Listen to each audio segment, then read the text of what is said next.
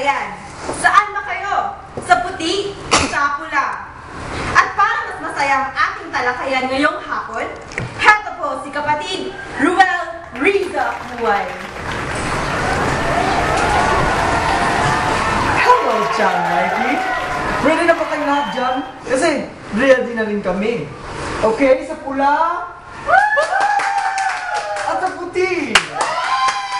Okay, ready ba lahat? Let's face to face na! Face to face! Face to face! Hello mga kapamilya, kapuso, kapatid. At talaga namang masarap kumpituhin ang araw dahil puno po tayo ng usapang walang batid. Magkaribal man o magkakampi. Nakatuto kayo sa nag-iisang barangay hall on air sa telebisyon. Siyempre, walang iba kundi ang face to face.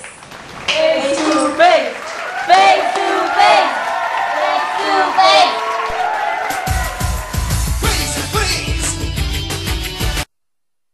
Karinderya Wednesday. Wala pa si mami nyo, kaya si kuya bumili sa kanto. Aminin, hindi luto ni mami no. At pinartner pa ako. Ako. Pogi points, abano. Everyday kainan, happiness. Tuwing pumupunta ako dito, naaalala kong lahat. Parang kahapon lang. Kamukha mo si Paluma. Parang ang tagal na namin magkakilala. Tayo ay bata pa. Yung mga gusto ko, gusto rin niya. Tapos biglang, Magkahawakan ating kamay at walang damalay-malay na tinuruan mo ang puso ko na umibig na tunay. at kahit hindi rin naging kami sa huli, siya pa rin ang first love ko.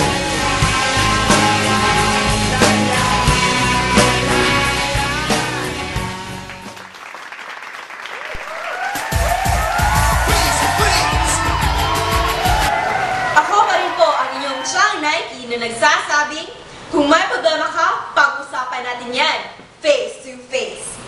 Sa mga kapatid nating Bisaya, maayong hapon diha sa inyo. At sa mga kapatid na worldwide, heto po si Riza Kuway. O mga kapatid natin sa buong mundo at sa mga Becky dyan, bonggang hapon sa inyo. May matutunan naman tayo sa mga ukrayang magaganap sa episode na ito. At alam nyo na kung saan nanggagaling ang yan, kundi sa ating triyong tagapayo. Itong napakabising mga tao, ang una kong ipakikilala ay isang public attorney. Attorney Elaine Gap.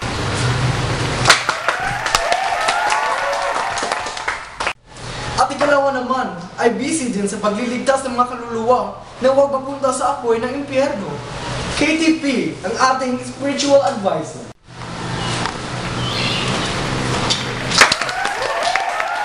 Katlo, marami siyang kaisipang kailangan ituwid. Ating resident psychologist, Dr. Chin Rashinero.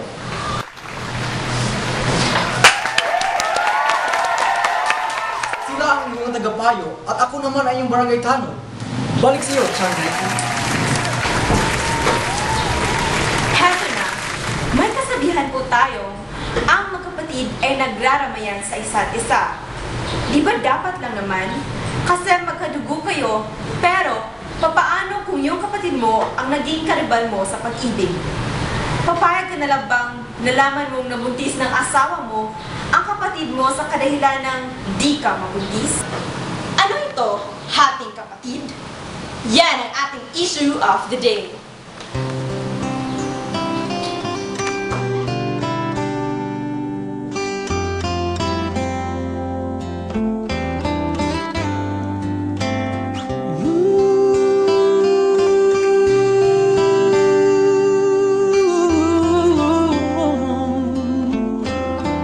Mahal ko ang kapatid ko, ngunit nilandi niya ang asawa ko. At ngayon, buntis siya. At heto naman ako, di mabuntis-buntis. Ahas ka! Anong klaseng kapatid ka? Walang hiya!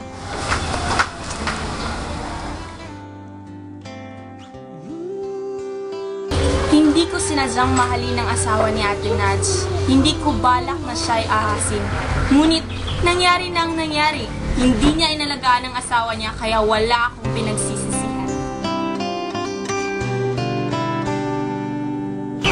Mahal ko ang aking asawa. Ngunit may pangangailangan ako hindi niya may bigay tulad ng pagkakaroon ng anak. Di ko rin naman pinagsisihan ang nangyari sa amin ni Mary. Masaya ako dahil meron akong anak. At mahal ko din siya.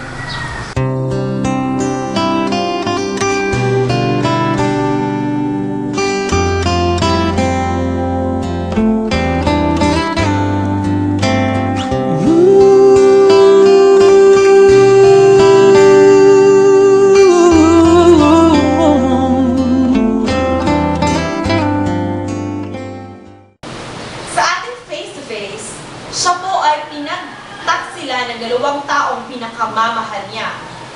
Gaano ba kalalim ang kanyang sugatang puso? Narito po si Najella. Pasok!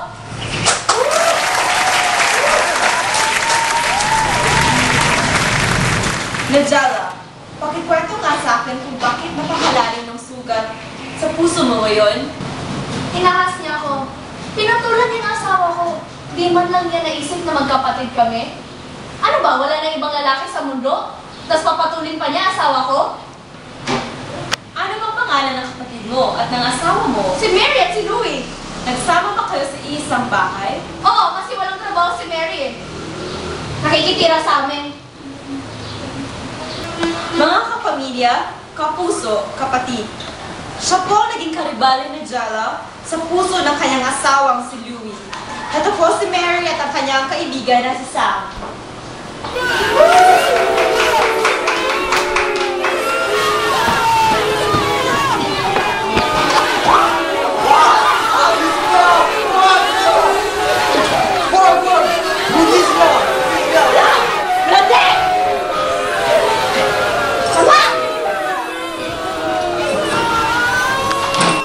Mary, bakit mo nagawa ang gano'n sa kapatid mo? Hindi ko naman talaga gustong landin ang asawa niya si Nancy. Kaya lang lumapit sa akin si Louie. Nagkakaproblema siya. Hindi daw nagkakaanak sa Nancy dahil nga baog siya. Yabog! Baog ka! Sinabi sa akin yabog! Kaya lumapit si Louie sa akin at binigyan ko siya ng isang bagay na hindi mabigay-bigay ng asawa niya. Nangya ka! Malandi! Sabi nga nila, love is sweeter the second time around. Pero paano kung wala ng second time dahil ang love mo, inakaw ng kapatid mo? Ito ang saloobin ni Naj at isinigaw ng kanyang nagdurugong puso. At sa ngayon, pakinggan naman natin ang panig na ng agaw. So, hindi totoong inagaw mo si Louie? Siyempre, hindi totoo yun. Talagang lumapit lang sa akin si Louie kasi nga, hindi maibigay niya ito na siyang gusto ni Louie. Gusto niya magpapamilya. Langya ka! Hindi, yun naman talaga. Kahit pa sabihan mo si Louie, kahit pa nandito siya ngayon sa harapan natin. Huwag kang makisali! Kaibigan ka lang, makisali ka pa.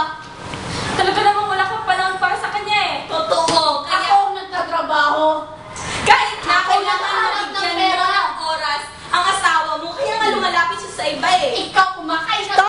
So, naging buhusan ka ng problema ng asawa ni Naj? Parang gano'n na nga po. Kaya nga nagkarapit ang mga puso namin Louie at nagmahalan. At ngayon buntis ka? Ilang buwan na yan? 3 buwan po. Sa 3 buwan niyong nilihim kay Naj ang lahat-lahat, di mo ba sinabi kay Louie na dapat di niyo gawin yung kasi may asawa siya at kapatid niyo pa? Pero para maliwanagan ang lahat, tawagin natin ang punot dulo ng kaguluhan sa pagitan ng magkapatid. Ang asawa ni Naj na ama din ng dinadala ni Mary, mga kaibigan, ang lalaking na mangka sa 2 ilog, si Louie ang Dolores.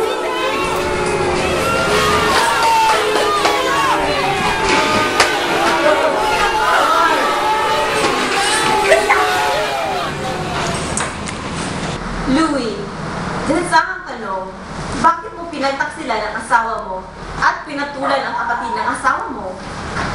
Di na po kasi ako masaya sa kanya dahil hindi niya ako mabigyan ng anak. Ang gabi-gabi babae, bakit kapatid ko pa? At dahil dyan, magawa mong mamangka sa 2 ilog. Opo, dahil nagbibigyan ako ng anak ni Mary at hindi ni Nudge. Kaya masaya ako at hindi ko pinagsisihan ginawa ko ng buntisan si Mary. Riza, tanungin mo ang ating mga kapatid kung saan sila conforme, sa pula o sa puti. Sa mga nanonood sa bahay, saan mo ba kayo? Sa pula? O sa puti? Maraming salamat, Riza. Mag-usap kayo sa mga tagapayo at babalik po ang face to face. Face